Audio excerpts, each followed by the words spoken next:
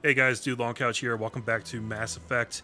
We're going to continue cutting a swath through the Citadel. We got some new places to check out in this video. Before we do that though, Mr. Dale Telegraph gave me a reminder that I should be leveling up my squad mates because I don't think I've been doing that. And I'm not sure if it's been happening automatically. It looks like it has been actually. I did not do that myself, but it looks like they're both level 5, the same as me, and they don't have any points. So, good thing to check. It doesn't actually need done, but now we know for sure. So thank you for that, Mr. Telegraph. Appreciate the heads up. Alright, so, what do we need to do? We already talked to Volus. We have to go to C-Sec and see if we can't find that Krogan. You're not allowed in here. What? This one believes it has the right to move freely through this area. You're creating a public disturbance. It's against Citadel regulations. This one is unsure why the other would not wish word of the enkindlers to be spread. Okay, sounds like these two are having some kind of square off here. Let's see what's going on. That Hanar refuses to listen to reason. Why can't it act in an orderly and lawful manner? It's not smart enough. I don't think that's the case. Jesus. Are there laws being broken here? I am not unreasonable. The Hanar is free to spew its nonsense once it purchases an evangelical permit. So if the Hanar gets a permit, it's allowed to preach? No. Registered evangelicals must follow regulations. There are specific areas where preaching is legal. Failure to follow the regulations results in the forfeiture of the license. I mean, that's not super unreasonable. Arrested? Let's not head straight to arresting it yet. What's the purpose behind the evangelical permits?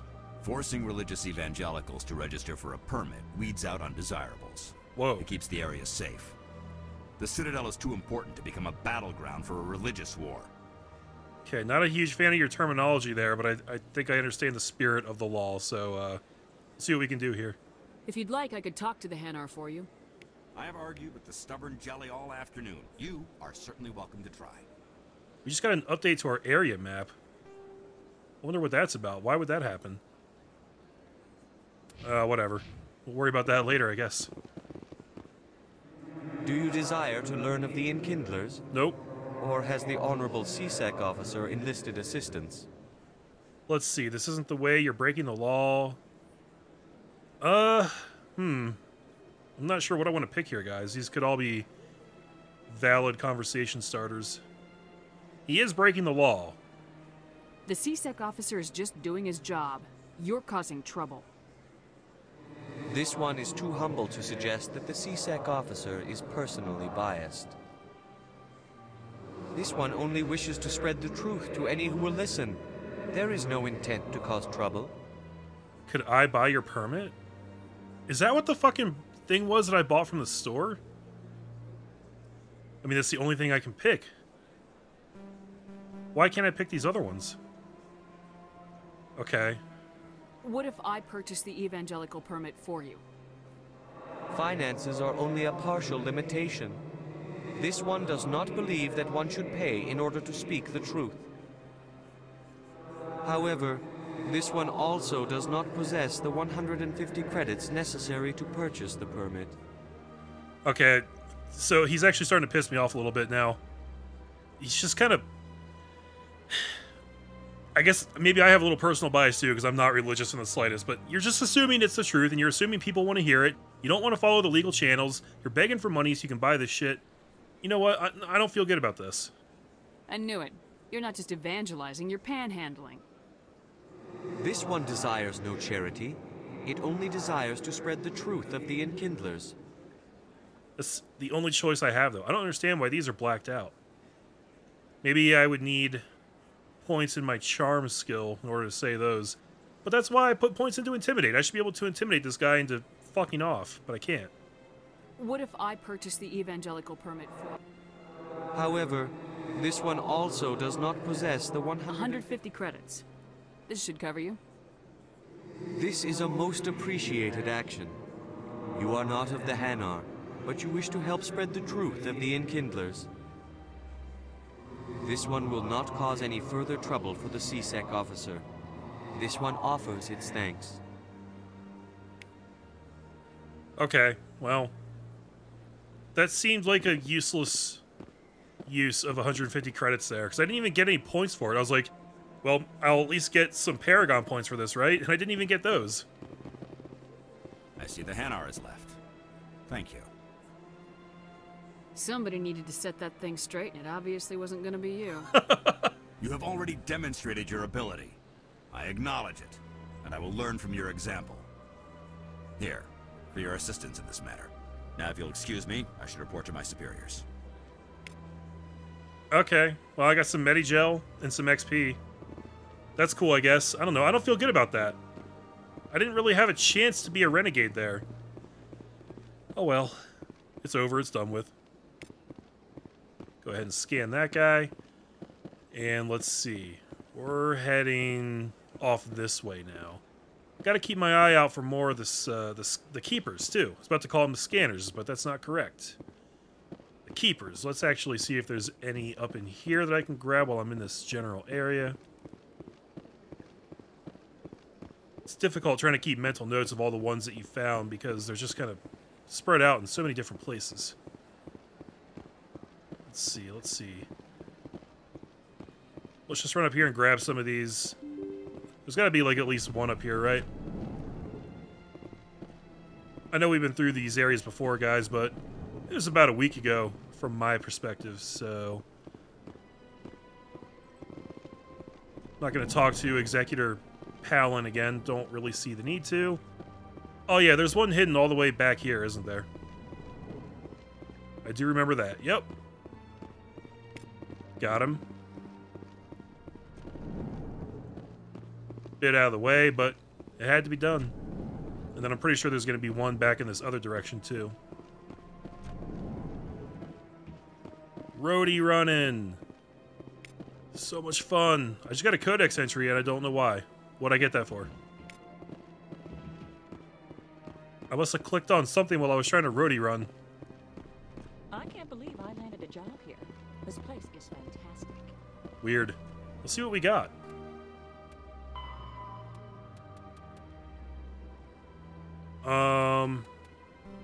What's new?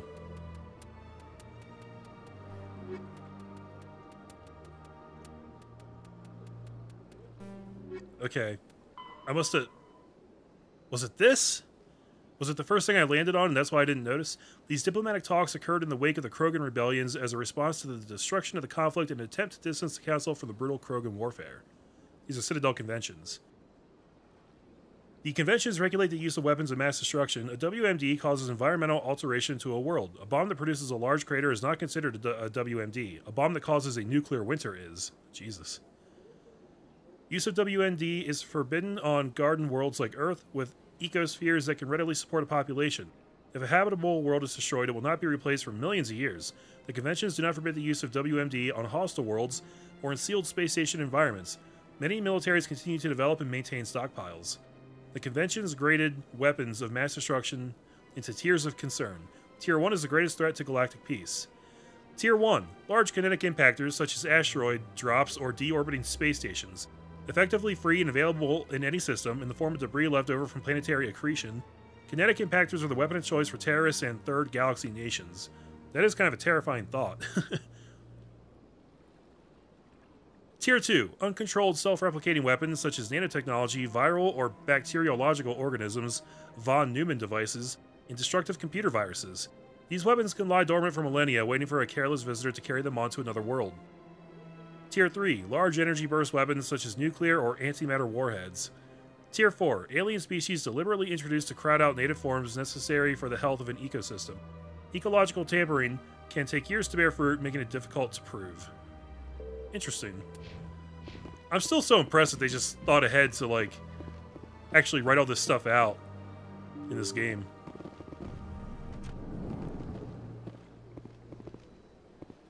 Alright, and then there's probably going to be at least one more keeper up this way.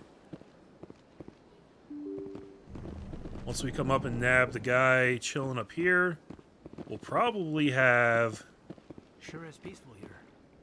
Most of the ones on this side of the Citadel. Hey, there's the captain. Let's see if the captain has anything new to say while we're here. Yes, Commander. Is there something you need? No, I think we went through all this. I should go. I'll be here if you need anything. Thanks, dude. That guy has a very recognizable voice, too. I'm not sure where I heard him before, or like where I know him from. But yeah, he's like a semi-famous actor, I think. I found out where I knew that one voice actress from, too, by the way, guys. A helpful commenter pointed out her name, and I can't remember what it was now off the top of my head. I think it was like Cree Summers. And she does do a lot of voice work for like Nickelodeon and other video games. The thing that I knew her from, well, I knew her from 2 Nickelodeon shows. She voiced Susie in Rugrats, and she voiced Elmira in Tiny Toons and Animaniacs, both of which I'm familiar with, so those would be the Nickelodeon shows that I was thinking of. But on top of that, most importantly, she also voiced Max in Batman Beyond, and I'm pretty upset that I couldn't remember that off the top of my head, but it's not that weird for me, actually. Because my memory's terrible about those kinds of things, and I always have trouble, like, recognizing voices or, like tunes and songs that I'm familiar with. If it's, like, a remix of some kind, I always have trouble actually recognizing it. I think there's something wrong with my brain in that regard. Alright. Elevator to CSEC. Here we go. Luckily, we're not being cock-blocked anymore. We're supposed to find a Krogan down here, and, I don't know how large this is going to be, but... In light of the recent attack on Eden Prime, many colonial investors are pulling their support for future projects. Proponents of expanded human colonization insist that Eden Prime was an isolated case. Nevertheless, colonist enrollment has dropped sharply. Many colonial proposals are on hold until backers have some reassurance that human colonies will be adequately protected. Cool. Well, at least they give us some news blurbs to listen to while we're riding these incredibly long elevators.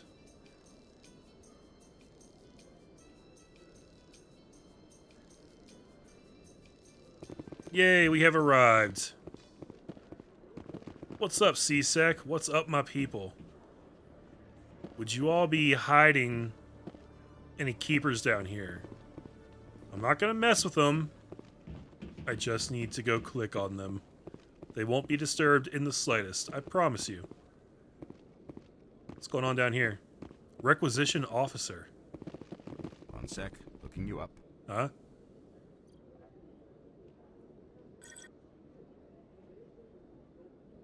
Commander Shepard, here with the Alliance military. First time on the Citadel, that about right? How did you know all that? I'm the CSEC requisitions officer. I need to make sure our buyers are authorized. So, will you be purchasing anything today, Commander Shepard? Probably not, but let's look anyway. Show me what you got. Excellent. I hope you find what you're looking for. Me too. 37,500 credits. Yeah, we're not going to be affording that for a while.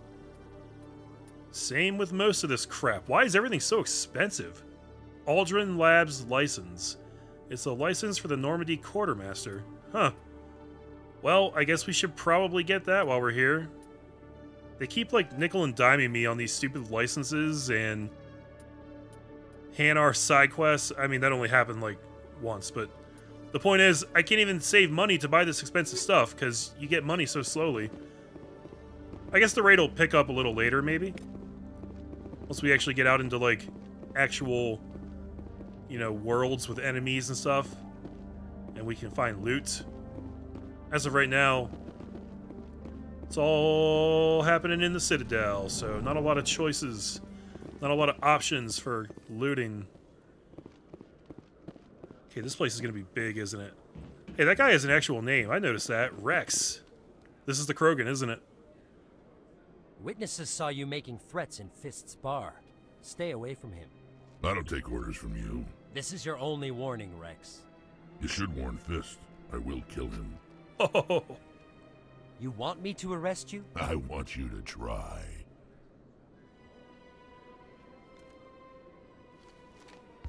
Go on. Get out of here. Yes, human. I like this guy. I'm trying to bring down Saren. Barla Vaughn said to talk to you. Barlavon is a wise man. We may share a common goal, human. Enlighten me.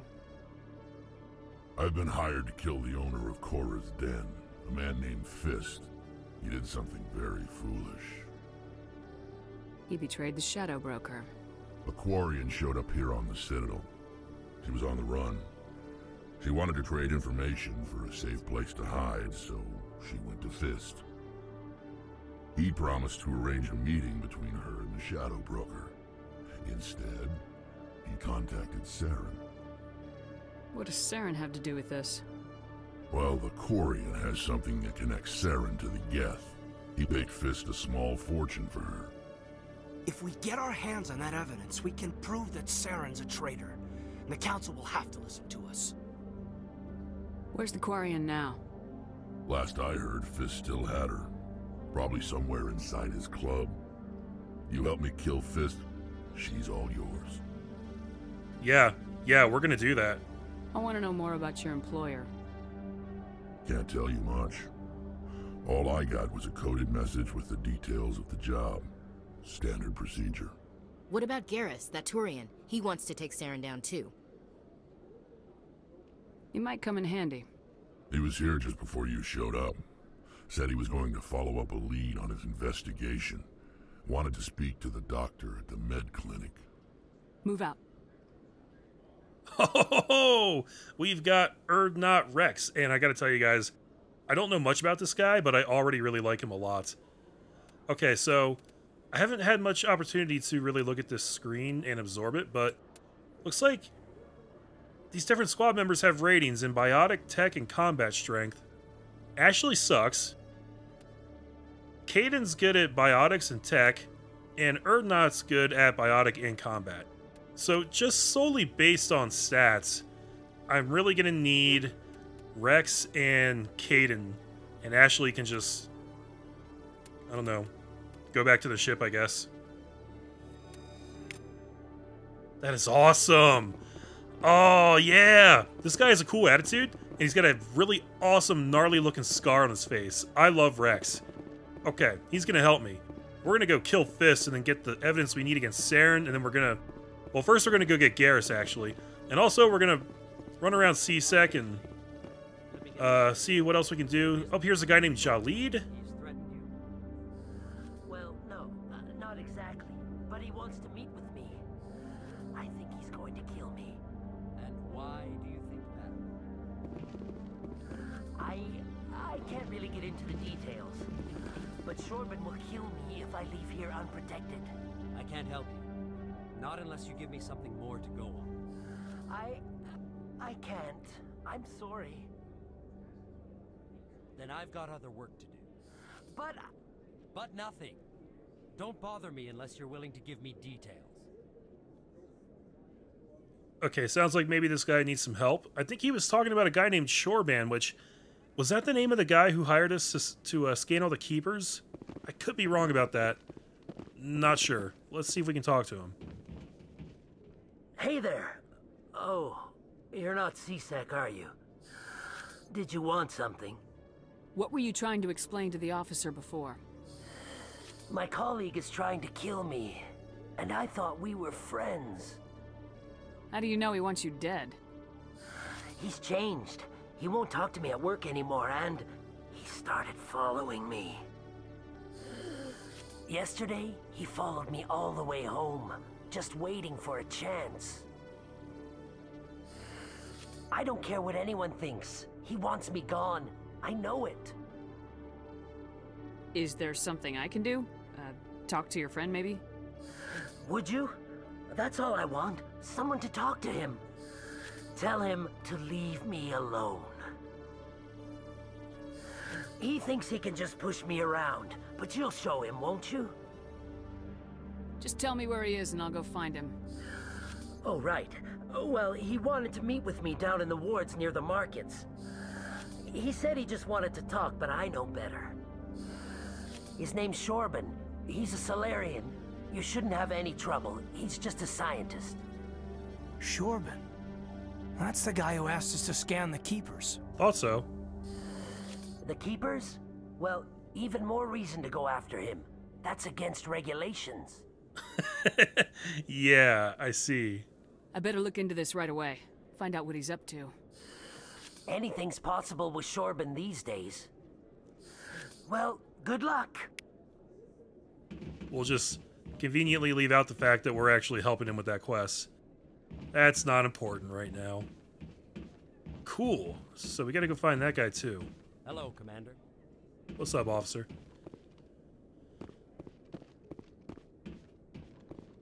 Big empty room. What's going on over here? Important meeting? You guys going over some confidential stuff? Don't mind me. I'm just here with my Krogan buddy. Yeah, now we're starting to get into the really side questy stuff, guys. It took a little longer than I remembered, but there's a lot to do on the Citadel. Hello, Mr. Keeper. Is it going to tell me when I found all of them? I really hope so. Here we have a tracking terminal. I'm not sure what that's going to do. Let's save that for when we're done looking at everything else in here. Ooh, weapons locker. Hey, I got a codex. Why exactly? The Elcor. Driven from their home system by the Geth nearly 3 centuries ago, most Quarians now live aboard the Migrant Fleet, a flotilla of 50,000 vessels ranging in size from passenger shuttles to mobile space stations. Home to 17 million Quarians, the flotilla understandably has scarce resources. Because of this, each Quarian must go on a rite of passage known as the pilgrimage when they come of age. They leave the fleet and only return once they have found something of value they can bring back to their people. Other species tend to look down on the Quarians for creating the Geth and for the negative impact their fleet has when it enters a system. This has led to many myths and rumors about the Quarians, including the belief that underneath their clothes and breathing masks, they are actually cybernetic creatures, a combination of organic and synthetic parts. That'd be an interesting twist. So they're the people who created the Geth. How weird would it be if synthetic creatures created more synthetic creatures? I guess that wouldn't really be that weird. While I'm in here, let me see... Okay, Wrex has unlocked Overkill, allows long bursts of accurate rifle fire. Sure. He also gets shield boosts. This restores a portion of your shields even while you are under fire. Okay, good. So I guess your squad mates just level up automatically. It seems like something I don't really have to worry about. I wanted to double check while I was in there before I forgot again. So that's cool. More codex. The codex entries never end. Starship cruisers.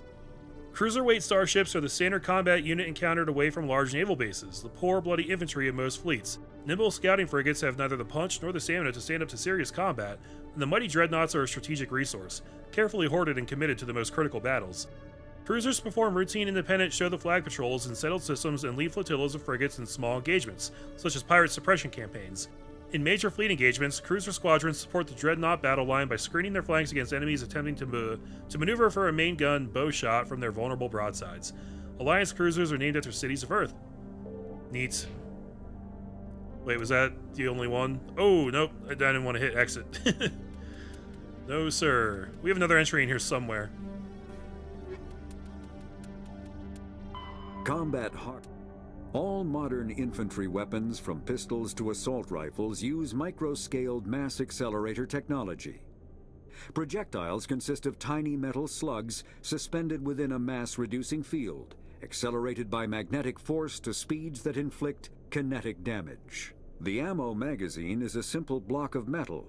The gun's internal computer calculates the mass needed to reach the target based on distance, gravity, and atmospheric pressure, then shears off an appropriate-sized slug from the block. A single block can supply thousands of rounds, making ammo a non-issue during any engagement. Top-line weapons also feature smart targeting that allows them to correct for weather and environment. Firing on a target in a howling gale feels the same as it does on a calm day at the practice range. Smart targeting does not mean a bullet will automatically find the mark every time the trigger is pulled. It only makes it easier for the marksman to aim. That is so cool. I can't believe how much they thought out all this stuff, guys. They even have an in-game reason why you don't have to be super accurate with your pistol shots. But I guess I was wrong before when I said that they have infinite ammo. It's not really infinite, but it might as well be, because a single block of metal can supply thousands and thousands of rounds. That's so neat how it's doing like math every time you take a shot. Weapons of the future, man. Cool shit. And then let's read about frigates. Frigates are light escort and scouting vessels. They often have extensive Guardian systems to provide anti-fighter screening for capital ships and carry a squad of Marines for security and groundside duty. Unlike larger vessels, frigates are able to land on planets. Frigate drive systems allow them to achieve high FTL cruise speeds. They also have proportionally larger thrusters and lighter design mass, allowing them to maneuver more handily. In combat, speed and maneuverability make a frigate immune to the long-range fire of larger vessels. In the time it takes projectiles to reach them, frigates are no longer where they were predicted to be. Typo.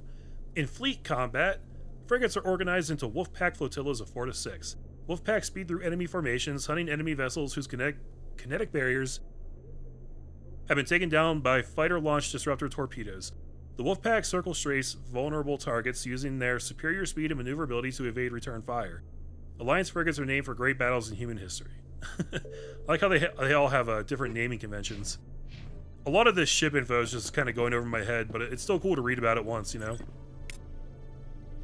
Okay, there's so many codex entries in this room. We're learning all about different ships. Fighters are single-pilot combat small craft. They are lightweight enough that they can be economically fitted with powerful Element Zero cores, making them capable of greater acceleration and sharper maneuvers than starships. Kinetic barrier shields change starship battles from short, vicious bloodbaths to extended, indecisive slugging matches. Only the main gun of a dreadnought could punch a mass accelerator slug through the barriers of an opposing dreadnought. This changed with the development of the fighter-launched mass disruptor torpedo, a short-range weapon that can penetrate kinetic barriers to destroy their projector assemblies. Starship Guardian defenses must be overwhelmed through swarm tactics. Fighter groups can take heavy casualties pressing their torpedo attacks home. Once fighter-launched torpedoes have crippled an enemy's barriers, the mass accelerators on frigates and cruisers can make short work of them. Interceptors are a type of fighter optimized to attack other fighters with no ability to damage starships. Interceptors are used to screen friendly units from incoming fighter attack. Okay, again, I'm not really going to retain any of that, but it's cool to read about. I hope I don't actually need to know that stuff at any point. What else can we learn in here? We still got the tracking terminal right there in the main console. I guess that's the last one. Okay, that didn't do anything like I thought it was going to. It's just another codex entry. Dreadnought. These are the Mac Daddies. The Dreadnought is the ultimate arbiter of space warfare. Millions of tons of metal, ceramic, and polymer dedicated to the projection of firepower against an enemy vessel of like ability. No sane commander would face a Dreadnought with anything less than another Dreadnought. A Dreadnought's power lies in the length of its main gun. Dreadnoughts range from 800 meters to 1 kilometer long, with a main gun of commensurate length. An 800-meter mass accelerator is capable of accelerating one 2-gram slug to a velocity of 283 kilometers a second every 2 seconds. Each slug has the kinetic energy of 38 kilotons of TNT, 3 times the energy released by the fission weapon that destroyed Hiroshima. Damn. When used to bombard planets, some of this kinetic energy is lost due to atmospheric re-entry friction. As a rule of thumb, each Earth atmosphere of air pressure saps approximately 20% of a projectile's impact energy. The Turian fleet presently has 37 dreadnoughts, the Asari 21 and the Solarian 16. Humanity has 6, with an additional hull under construction at Arcturus Station. Alliance battleships are named for mountains of Earth. Everest class, Everest, Fuji, Elbrus. Kilimanjaro class, Kilimanjaro, Taishan, Shasta, Aconcagua, under construction. Well, apparently this turned into another Codex episode, but hey, we got through it. I want to explore a little bit more of C-Sec before I sign off for this video. I kind of wanted to get through the whole area, but it's taking a little longer than I thought. It's a little larger than I thought. But I do believe we've hit everything in this wing, so now let's head down here. Where's this door lead? Wait, is this how we get out of here? Did I double back to the entrance? I did. I've gone and gotten myself completely turned around, guys. Right, that's the requisitions officer. We did scan that guy. Nice to see so many humans working for C-Sec. Sure, Caden. Is that like your lifelong dream? Is that what you want to do? This goes to the docking bay? What docking bay, I wonder? And this is where we just came from, right? Yeah, I got myself completely turned around somehow. I thought I was coming from the other side. If only I had even the slightest hint of a sense of direction, things like this wouldn't happen to me. And then this elevator goes to the Presidium. So this is like another exit out of here, I guess? And then we also have the Rapid Transit. Well, I'm kind of curious about this docking bay. I'm not sure that's an area we've been to, so I'm going to take this elevator. And we're going to see where it leads. It might be someplace we've already been, but I have to know for sure. A Solarian excavation team has run into an unexpected problem after unearthing a Prothean dig site. Hanar protesters have blockaded the dig site, claiming that artifacts of the Enkindlers, as the Hanar call them, should not be disturbed. The excavation team has appealed to Hanar representatives on the Citadel to reach a diplomatic solution. Oh. So the Enkindlers are the Protheans, which now that I think about it, yeah, the Hanar did have some kind of special relationship with the Protheans, didn't they? So, I don't know, maybe I should have been nicer to that guy that was trying to preach the word. He might not be completely full of shit after all. Now I feel a little bad about that. Oops. Okay, where am I now? Well, up here's a keeper. Way the hell out of the way, so... Good thing I came up here anyway. So here's the Normandy. This is actually how we get back to our ship. I didn't realize I could go back to my ship anytime I wanted. Can I? Can I just jump in here? Sorry, Commander. Nobody's allowed on the Normandy right now.